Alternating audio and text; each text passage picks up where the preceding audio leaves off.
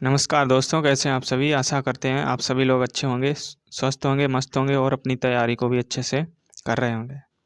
तो जैसा कि आप सभी लोग जानते हैं, जो रेलवे के एग्ज़ाम है वो स्टार्ट हो चुके हैं और क्वेश्चन और पेपर का लेवल आप देख सकते हैं किस प्रकार आ रहा है। तो यह क्वेश्चन कहीं न कहीं प्रीवियस ईयर एग्ज़ाम के ही हैं, जो अभी तक रेलवे के एग्ज़ाम हुए थे वहाँ पे ये क्वेश्चन आए थे। और हम बता दें कि जो रेलवे है सबसे ज़्यादा अपने प्रीवियस ईयर क्वेश्चन पूछती है, तो आप चाहें जो बच्चे एग्ज़ाम दे के आते हैं वो रिव्यू उनके देख सकते हैं। तो यही क्वेश्चन आपको सीधे एग्ज़ाम में देखने को मिल रहे हैं। तो काफ़ी बच्चों से हमने बात की थी, तो वो यही सब बता रहे थे कि ये प्रीवियस ईयर क्वेश्चन है, तो यही सब देखने को मिल रहे थे। तो ये क्वेश्चन बहुत इंपॉर्टेंट क्वेश्चन है। तो आइए वीडियो स्टार्ट करते हैं। तो वीडियो स्टार्ट करने से पहले वीडियो अच्छा लगे तो लाइक कर देना और चैनल पे नए जुड़ रहे तो चैनल को भी सब्सक्राइब कर देना। तो आज का हमारा पहला क्वेश्चन यहाँ से हो जाएगा कि दंत क्षय किस पीएच स्तर पर शुरू होता है, यानी दंत क्षय का पीएच मान कितना होता है यहाँ पे बताना है। तो यह क्वेश्चन आपका ग्रुप डी 2022 में पूछा हुआ क्वेश्चन है। तो दंत क्षय का पीएच मान आपका हो जाता है 5.5 से कम। तो यह यहाँ पे करेक्ट आंसर ऑप्शन डी हो जाएगा। तो हम लोग इस क्वेश्चन से रिलेटेड जो भी इम्पोर्टेंट पॉइंट है वो देखेंगे। तो यहाँ पे पीएच मान 5.5 होने पर दांतों का क्षय प्रारंभ होता है और पीएच मान 0 से 14 होता है। ये आपको याद रखना है पीएच स्केल पर, जिसका मान होता है 0 से लेकर आपके 14 तक होता है। और 7 से कम पीएच मान ये आपका अम्ल होता है और 7 से अधिक पीएच मान क्षार का निर्धारण करता है, जबकि 7 पीएच मान ये उदासीनता को निरूपित करता है। तो पीएच स्केल में आपको इस तरह पीएच स्केल दी गई होगी। इसमें आपका यहाँ पे 7 नंबर पड़ा होगा और यहाँ से 0 से लेकर 14 नंबर तक आपका होता है। तो यहाँ से यहाँ तक ये होता है आपका अम्ल और इधर जो ये होता है आपका क्षार। और ये जो बीच वाला 7 नंबर होता है, इसे ये उदासीनता को निरूपित करता है। तो यही यहाँ पे पॉइंट में मेंशन किया गया है। दांतों का क्षय मुंह में अम्ल निर्माण से होता है और मुंह में मौजूद बैक्टीरिया अम्ल को शुगर में विघटित करता है, जिसमें दांतों के दंत वल्क के नरम होने से दांत सड़ने लगते हैं। तो इस तरह आपको ये फैक्ट याद रखने हैं। बढ़ते हैं अगले प्रश्न की ओर। अगला प्रश्न हमारा हो जाएगा, मनुष्य के पाचन तंत्र में होने वाली कौन सी क्रिया गंदगी पर साबुन के पायसीकरण की क्रिया के समान होती है। तो यहाँ पे बताना है, इसका करेक्ट आंसर हो जाएगा क्या। तो इसमें आपका ऑप्शन डी हो जाएगा करेक्ट। तो पित्त रस द्वारा अम्लीय माध्यम प्रदान किया जाना, तो यही इसका करेक्ट आंसर हो जाएगा। तो पित्त रस द्वारा अम्लीय माध्यम प्रदान किया जाना मनुष्य के पाचन तंत्र में होने वाली क्रिया गंदगी पर साबुन के पायसीकरण की क्रिया के समान होती है। और मनुष्य के पाचन तंत्र में पायसीकरण एक ऐसी प्रक्रिया है जिसमें बड़े लिपिड ग्लोब्यूल्स को कई छोटे लिपिड ग्लोब्यूल्स में तोड़ा जाता है। ये छोटे ग्लोब्यूल्स बड़े समुच्चय बनाने के बजाय कायम में व्यापक रूप से वितरित होता है। पित्त में पित्त लवण होते हैं, जिनमें हाइड्रोफोबिक और हाइड्रोफिलिक पक्ष के लवण होते हैं। तो इन पॉइंटों को याद रखना है। बढ़ते हैं अगले प्रश्न की ओर। अगला प्रश्न है कि लार एमाइलेज किसके पाचन में मदद करता है। तो यहाँ पे बताना है कि लार एमाइलेज यह किसके पाचन में मदद करता है। तो इसका आंसर हो जाएगा आपका स्टार्च। तो ऑप्शन डी यहाँ पे इसका करेक्ट हो जाएगा। तो आपकी जो लार होती है जिसमें एमाइलेज एंजाइम पाया जाता है, यह आपके स्टार्च के पाचन में मदद करता है।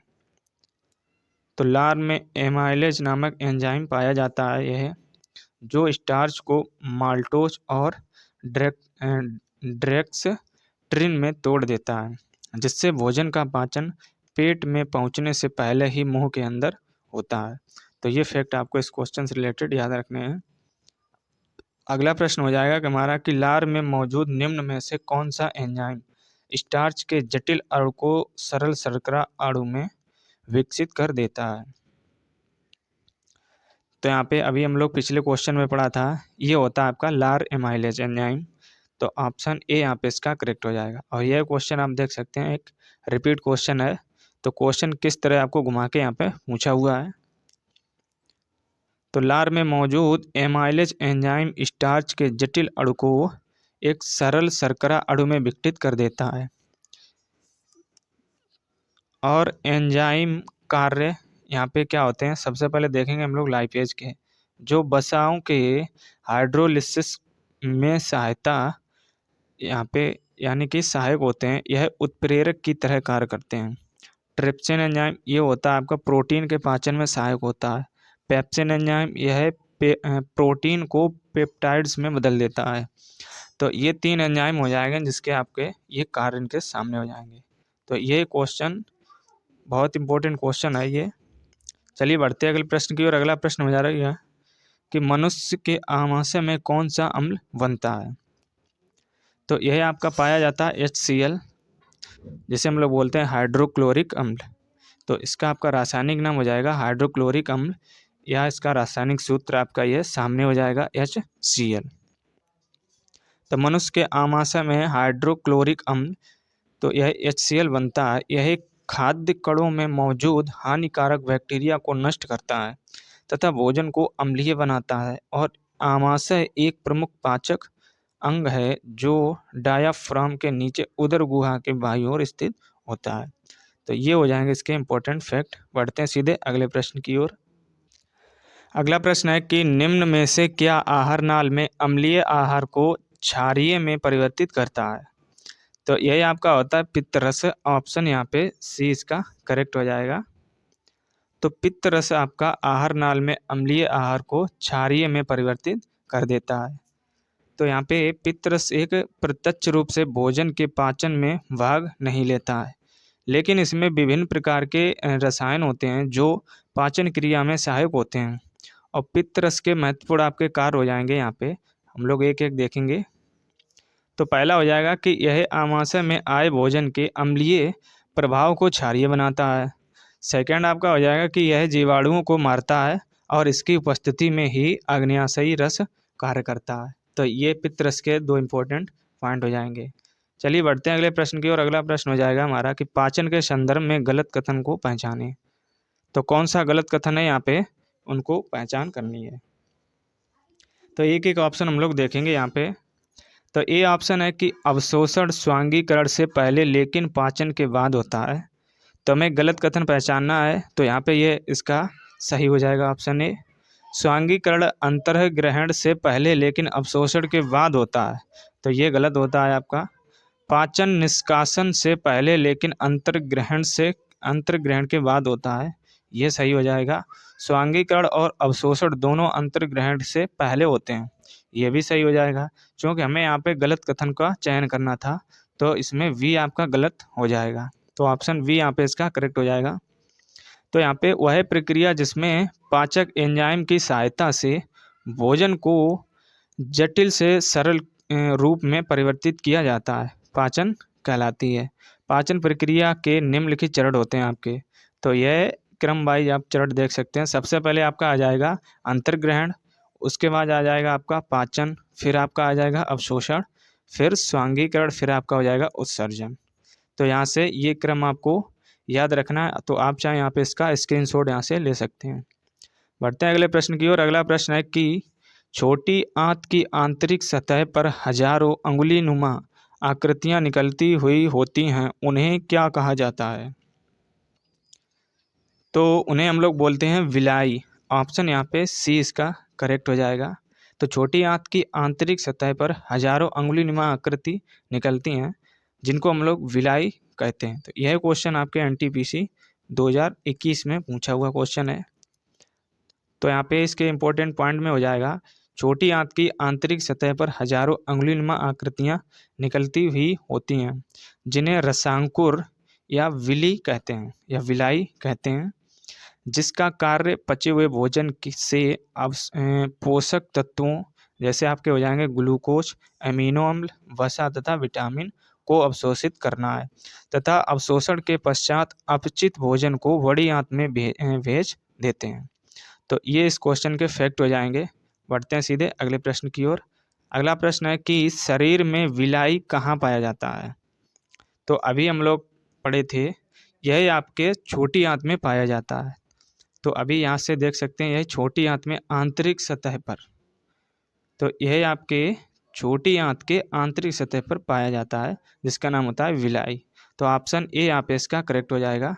तो ये भी क्वेश्चन आपका रिपीट क्वेश्चन है, देख सकते हैं यहाँ पे 2021 में ऊपर वाला भी पूछा गया था और ये भी पूछा गया था। तो आप यहाँ से अंदाज लगा सकते हैं, तो रेलवे सबसे ज़्यादा अपने प्रीवियस ईयर पे फोकस ज़्यादा रखती है। और अभी जो भी एग्ज़ाम हो रहे हैं रेलवे के, वहाँ पे प्रीवियस ईयर क्वेश्चन बहुत इंपॉर्टेंट हैं, बहुत हेल्प करते हैं बच्चों को। जो सीधे इस PDF से क्वेश्चन आए थे, कई बच्चे हमें बता रहे थे कि आपके वीडियो के कई क्वेश्चन हमें सीधे हूबहू क्वेश्चन वही देखने को मिले थे साइंस में। तो आप उनका देख सकते हैं किस तरीके से रिव्यू था, कि कितने इम्पोर्टेंट ये क्वेश्चन है, जो कहीं ना कहीं सीधे एग्जाम में आपको देखने को मिल रहे हैं। और अगला प्रश्न है कि छोटी आंत की आंतरिक परत में कई अंगुलियों जैसी प्रवर्ध या संरचनाएं होती हैं, जिन्हें हम लोग क्या कहते हैं। तो ये भी क्वेश्चन आपके रेलवे में रिपीट क्वेश्चन है, यह भी 2021 का ही है। तो इसको हम लोग बोलते हैं विलाई। ऑप्शन वी यहाँ पे इसका करेक्ट हो जाएगा। अगला क्वेश्चन हमारा हो जाएगा कि उस एंजाइम का नाम बताएं जिसका उपयोग प्रोटीन को पेप्टाइड में रूपांतरित करने के लिए किया जाता है। तो उसको हम लोग बोलते हैं पेप्सिन। तो ऑप्शन यहाँ पे वी इसका करेक्ट हो जाएगा। तो यह पेप्सिन एंजाइम होता है जिसका उपयोग प्रोटीन को पेप्टाइड में रूपांतरित करने में किया जाता है। तो ये भी क्वेश्चन आपके 2021 में पूछा हुआ है। तो यह देख सकते हैं इस क्वेश्चन के फैक्ट कि पेप्सिन उन स्थितियों में भोजन के पाचन में मदद करता है जहां पाचन तंत्र भोजन को पचाने के लिए पर्याप्त एंजाइम का निर्माण नहीं करता है। यह एक एंजाइम है जिसके जाइमोजेन, जिसे हम बोलते हैं पेप्सिनोजेन, को पेट में मुख्य कोशिकाओं द्वारा रिलीज किया जाता है। इसका मुख्य कार्य प्रोटीन को पेप्टाइड में बदलना होता है। तो यही आपके हो जाएंगे पेप्सिन एंजाइम के कार्य यहाँ पे। बढ़ते हैं अगले प्रश्न की ओर। अगला प्रश्न है कि हमारी जीवा पर कौन सा अभिग्राही, जिसे बोलते हैं रिसेप्टर, स्थित होता है। तो कौन सा रिसेप्टर हो जाएगा। तो यही आपका होता है रस संवेदी रिसेप्टर। तो ऑप्शन यहाँ पे सी इसका करेक्ट हो जाएगा। तो जीभ मुख के तल पर एक पेशी होती है जो भोजन को चबाना और निगलना आसान बनाती है। यह स्वाद अनुभव करने का प्रमुख अंग होता है। हमारी जीवा पर रस संवेदी रिसेप्टर्स पाए जाते हैं जो स्वाद के प्रति संवेदनशील तंत्रिका कोशिकाएं होती हैं। ये कोशिकाएं भोजन में रसायनों के प्रति संवेदनशील होती हैं और जीभ मूल रूप से 4 प्रकार के स्वाद के प्रति संवेदनशील होती है। सबसे पहले होती है नमकीन, फिर आपके होती है खट्टा, फिर कड़वा और फिर मीठे। तो यह जीभ के 4 स्वाद संवेदनशील होती है, यानी उनको पहचानने में यह मूल रूप से यह कार्य करती है।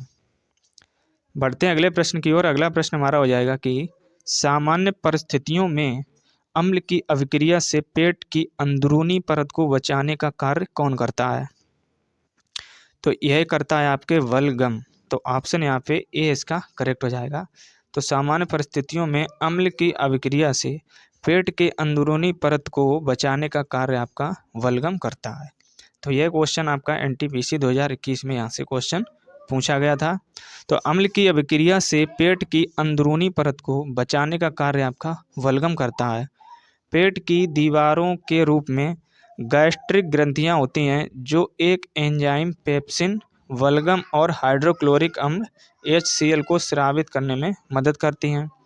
जब भोजन पेट के अंदर प्रवेश करता है तो HCl भोजन के अंदर मौजूद जो जीवाणु यानी रोगाणु होते हैं उनको मारने में मदद करता है। यह एसिड की प्रक्रिया का कारण बनता है और पेट की भीतरी परत को जला देता है जो आंत में जलन और दर्द पैदा करता है। पेट की दीवारों में एसिड से बचाने के लिए वल्गम स्रावित होता है। तो ये पॉइंट बहुत इंपॉर्टेंट है, इनको इसी क्वेश्चन के नीचे नोट डाउन कर लेना है। अगला प्रश्न हो जाएगा कि निम्न में से किस पशु में छोटी आंत सबसे छोटी होती है। यह क्वेश्चन आपके 2018 में पूछा हुआ है। तो कौन सा पशु ऐसा है जिसकी छोटी आंत सबसे छोटी होती है? तो इन 4 ऑप्शन में बताना है, क्या खरगोश की छोटी आंत सबसे छोटी होगी? क्या साइज से इसकी नहीं होगी? क्या बकरी की होगी? नहीं होगी। क्या गाय की होगी? नहीं होगी यहाँ पे। तो यहाँ पे जो शेर होती है, शेर जो होता है यहाँ पे, उसकी छोटी आंत सबसे छोटी होती है यहाँ पे। तो इसके करेक्ट आंसर ऑप्शन सी यहाँ पे हो जाएगा। तो शाकाहारियों की अपेक्षा मांसाहारी जंतुओं में छोटी आंत यह छोटी होती है, और शाकाहारियों में सेलुलोज के पाचन में ज़्यादा समय लगता है, क्योंकि एंजाइम जुगाली करने वाले जीवाणुओं द्वारा निर्मित होता है। तो ये फैक्ट आपको याद रखने हैं। अगला प्रश्न है कि निम्न में से किस अंग की व्याधियों के निदान के लिए EEG, जिसे बोलते हैं इलेक्ट्रोएन्सेफेलोग्राम, परीक्षण किया जाता है? तो आपके EEG से मस्तिष्क का परीक्षण किया जाता है यहाँ पे। तो इसका करेक्ट आंसर ऑप्शन ए इसका करेक्ट हो जाएगा। तो यहाँ पे EEG से आपके मस्तिष्क का परीक्षण किया जाता है, और यहाँ पे यही क्वेश्चन नोट डाउन कर लेना है, हृदय का परीक्षण आपके किया जाता है ECG से। तो ये भी इसी क्वेश्चन के नीचे आपको पॉइंट मेंशन कर लेना है, जिससे कि दोनों पॉइंट आपको याद रहेंगे साथ ही साथ। तो यहाँ पे EEG तकनीक की मदद से मस्तिष्क की गतिविधियों के आधार पर मानसिक अवस्था की सामान्य और असामान्य स्थिति का पता लगाया जाता है। इसके द्वारा न्यूरॉन की इलेक्ट्रिकल गतिविधियों को रिकॉर्ड किया जाता है। तो यही आपके EEG का कार्य हो जाएगा। बढ़ते हैं अगले प्रश्न की ओर। अगला प्रश्न हमारा हो जाएगा कि निम्न में से कौन सा अंग पित्त रस स्रावित करता है? तो यहाँ पे कौन सा रंग इन 4 ऑप्शन में हो जाएगा अंग जो पित्त रस को स्रावित करता है? यही आपका होता है लीवर। तो यहाँ पे यकृत ऑप्शन में है, इसी को हम लोग लीवर भी कहते हैं इंग्लिश में। तो यही आपके पित्त रस को स्रावित करता है। तो यह क्वेश्चन आपके NTPC में पूछा हुआ है। तो आइए हम लोग इस क्वेश्चन से रिलेटेड फैक्ट देखेंगे। तो यकृत, जिसे हम लोग लीवर भी बोलते हैं, मानव शरीर की सबसे बड़ी ग्रंथि है। सबसे पहले इसी पॉइंट को यहाँ पे स्टार डाल के इस क्वेश्चन के नीचे लिख लेना है। क्वेश्चन पूछा जाए कि मानव शरीर की सबसे बड़ी ग्रंथि कौन सी है, तो यह आपकी हो जाएगी लीवर या यकृत, जो डायफ्राम के नीचे उदर गुहा में स्थित होती है। यकृत कोशिकाएं एक विशिष्ट प्रकार के द्रव का श्रावण करती हैं, जिसे पित्तरस कहते हैं। पित्तरस हरे पीले रंग का क्षारीय तरल पदार्थ, जिसका pH मान होता है आपके 7.6 से 7.7, जो भोजन के अम्लीय माध्यम को क्षारीय बना देता है। इसमें कोई पाचक एंजाइम नहीं होता है। यह भोजन में उपस्थित बैक्टीरिया को नष्ट करता है तथा वसा का पायसीकरण भी करता है। तो यह आपका यकृत के कार्य हो जाएंगे। और यहाँ पे पित्तरस के जो इसका pH मान होता है, ये भी नोट डाउन कर लेना यहाँ से। चलिए सीधे बढ़ते हैं अगले प्रश्न की ओर। अगला प्रश्न है कि मानव में पित्त का स्राव होता है। तो यह क्वेश्चन आपके 2014 में सबसे पहले पूछा गया था, और इससे पहले हम लोगों ने पढ़ा था, जो पिछला क्वेश्चन था वो क्वेश्चन आपके 2021 में यहाँ पे देख सकते हैं ये आया हुआ है, और उससे पहले ये क्वेश्चन 2014 में JEE में पूछा हुआ क्वेश्चन है आपका। तो इसमें करेक्ट आंसर हो जाएगा आपका यकृत। तो मानव में पित्त रस का स्राव आपके यकृत में होता है। अगला प्रश्न है कि वाइल का स्राव होता है यहाँ पे। तो यहाँ पे बताना है कि वाइल का स्राव होता है, तो यह आपके जिगर से होता है। तो ऑप्शन यहाँ पे V इसका करेक्ट हो जाएगा। अगला प्रश्न हो जाएगा कि मानव पाचन तंत्र में किससे पित्त रस का स्राव होता है। तो इससे पहले क्वेश्चन 2014 में JEE में पूछा गया था।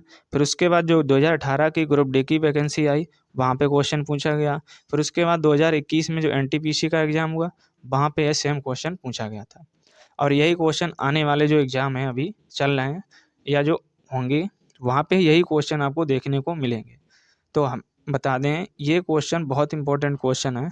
तो सबसे पहले हम बता दें कि रेलवे सबसे ज़्यादा अपने जो प्रीवियस ईयर क्वेश्चन होती हैं वो ज़्यादा रिपीट करती है। तो आप चाहें यूट्यूब पे या कहीं भी किसी रिसोर्स से या कहीं जो आपके दोस्त हों, तो वहाँ पे भी क्वेश्चन पूछ सकते हैं किस तरह आते हैं। फिर हमारे वीडियो पे आना, फिर देखना कि क्या यही क्वेश्चन आ रहे हैं, और 100% यही क्वेश्चन आपको देखने को मिल रहे हैं। तो इसमें भी आपका करेक्ट आंसर हो जाएगा यकृत। तो पित्त रस का स्राव आपके यकृत से होता है। शरीर के किस भाग में पित्त या वाइल जूस का उत्पादन होता है? तो पित्त रस को हम लोग बोलते हैं इंग्लिश में वाइल जूस। अगर आपको पित्त रस ना दिया जाए तो इंग्लिश में भी आपको याद रखना है, जैसे हम लोग बोलते हैं वाइल जूस। तो यह आपके यकृत से होता है। तो ये आप देख सकते हैं, यह क्वेश्चन 2016 में भी पूछा गया। सबसे पहले 2014 में, फिर 16 में, फिर 18 में, फिर 21 में। तो कितना इंपॉर्टेंट क्वेश्चन है ये, देख सकते हैं आप। इस करेक्ट आंसर ऑप्शन डी यहाँ पे इसका हो जाएगा। तो कौन सा पदार्थ पित्ताशय में संग्रहित और सांद्रित होता है? तो कौन सा पदार्थ होता है जो पित्ताशय में संग्रहित और सांद्रित होता है? तो यही आपका होता है पित्त। तो पित्त रस आपका पित्ताशय में संग्रहित या सांद्रित होता है। तो इसमें करेक्ट आंसर ऑप्शन डी यहाँ पे हो जाएगा। अगला प्रश्न है कि मानव शरीर में कौन सा अंग पित्त रस का उत्पादन करता है? तो ये भी रिपीट क्वेश्चन है। तो कौन सा अंग हो जाएगा यहाँ पे, बिना ऑप्शन आपको इस क्वेश्चन को बताना है। तो यहाँ पे ऐसा कौन सा अंग है जो पित्त रस का उत्पादन यानी स्राव करता है? ये होता है आपका यकृत, जिसे हम लोग बोलते हैं लीवर।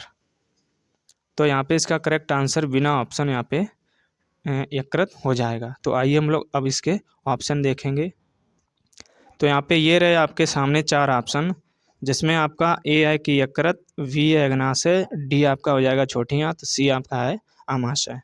तो अभी हम लोगों ने बताया यह आपका होता है यकृत। तो ऑप्शन ए यहाँ पे करेक्ट हो जाएगा। तो आप इस क्वेश्चन को ईजिली आपको याद हो गया होगा। अगला प्रश्न हमारा हो जाएगा कि मानव के बाद यानी पाचन के बाद प्रोटीन किसमें परिवर्तित हो जाता है? तो यहाँ पे पाचन के बाद आपका प्रोटीन जो है अमीनो अम्ल में परिवर्तित हो जाता है। तो ऑप्शन यहाँ पे डी इसका करेक्ट हो जाएगा। तो यहाँ से भी क्वेश्चन आपके भर भर के आ रहे हैं। तो यह क्वेश्चन 2021 का ही है क्वेश्चन। और यहाँ पे पाचन के पश्चात प्रोटीन अमीनो अम्ल में परिवर्तित हो जाता है। पूर्ण विखंडन पर शुद्ध प्रोटीन्स के अणु सरल अमीनो अम्लों के अणुओं में टूटते हैं, अतः प्रोटीन्स अमीनो अम्ल के यौगिक होते हैं। प्रकृति में 20 से 22 प्रकार के आपके अमीनो अम्ल पाए जाते हैं। तो इन पॉइंटों को आपको याद रखना है। बढ़ते हैं सीधे अगले प्रश्न की ओर। अगला प्रश्न है कि मानव इनमें से किसे नहीं पचा सकता है? तो किसे नहीं मानव पचा सकता है? तो ये इसमें ऑप्शन हो जाएगा सेल्यूलोज। तो सेल्यूलोज को मानव नहीं पचा सकता है। बाकी आपका स्टार्च को भी पचा सकता है, ग्लाइकोजन को भी पचा सकता है, अमीनो अम्ल को भी पचा सकता है। तो आइए हम लोग इसके फैक्ट देखेंगे, कई पॉइंट यहाँ से भी हमें मिलेंगे। तो सेल्यूलोज का पाचन मानव द्वारा नहीं किया जाता है। सेल्यूलोज पेड़ पौधों की कोशिका भित्तियों का प्रमुख अवयव है। हरे पेड़ पौधे में कोशिका भित्तियाँ सेल्यूलोज की बनी होती हैं। ये पॉइंट आपको स्टार डाल के यहाँ से भी लिख लेना है कि सेल्यूलोज हमें कहाँ से प्राप्त होता है।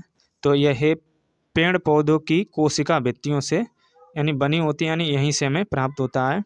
और यह एक कार्बनिक यौगिक है जो एक पॉलीमर का रूप ले लेता है। तो इन पॉइंटों को यहाँ से भी नोट डाउन कर लेना है। चलिए बढ़ते हैं आज के लास्ट क्वेश्चन की ओर। तो आज का लास्ट क्वेश्चन है कि यहाँ पे किसको पचाने के लिए शाकाहारी को लंबी छोटी आंत की आवश्यकता होती है? तो इन 4 ऑप्शन में बताना है किसको पचाने के लिए शाकाहारियों में छोटी आंत की आवश्यकता होती है। तो शाकाहारी आपके होते हैं, ये खाते हैं क्या, शाखा, जो यानी पेड़ पौधे खाते हैं। तो पेड़ पौधे क्या होता है, इसमें होता है सेल्यूलोज। तो सेल्यूलोज यह छोटी आंत की आवश्यकता यह पचाने के लिए होती है। तो यहाँ पे इसका करेक्ट आंसर ऑप्शन वी हो जाएगा कि सेल्यूलोज को पचाने के लिए शाकाहारी को छोटी आंत की आवश्यकता होती है। तो इसमें आपका आंसर यहाँ पे डी करेक्ट हो जाएगा। तो इस तरह आपके आज के कंप्लीट होते हैं आज के 25 क्वेश्चन। और यह क्वेश्चन आने वाले एग्ज़ाम में आपको हूबहू देखने को मिलेंगे। यहाँ से भर भर के क्वेश्चन मिल रहे हैं बच्चों को। तो ये क्वेश्चन आपको बहुत इंपॉर्टेंट है, एक भी वीडियो स्किप नहीं करना है हो सके तो 2 से 3 बार वीडियो आपको देखना है, जिससे एक ही वीडियो में आपको कंप्लीट यहीं पे क्वेश्चन कंप्लीट करने हैं। तो वीडियो भी आपको लाइक करना है और चैनल को भी सब्सक्राइब कर लेना है। चलिए फिर मिलते हैं हम लोग एक नए वीडियो में, तब तक के लिए जय हिंद।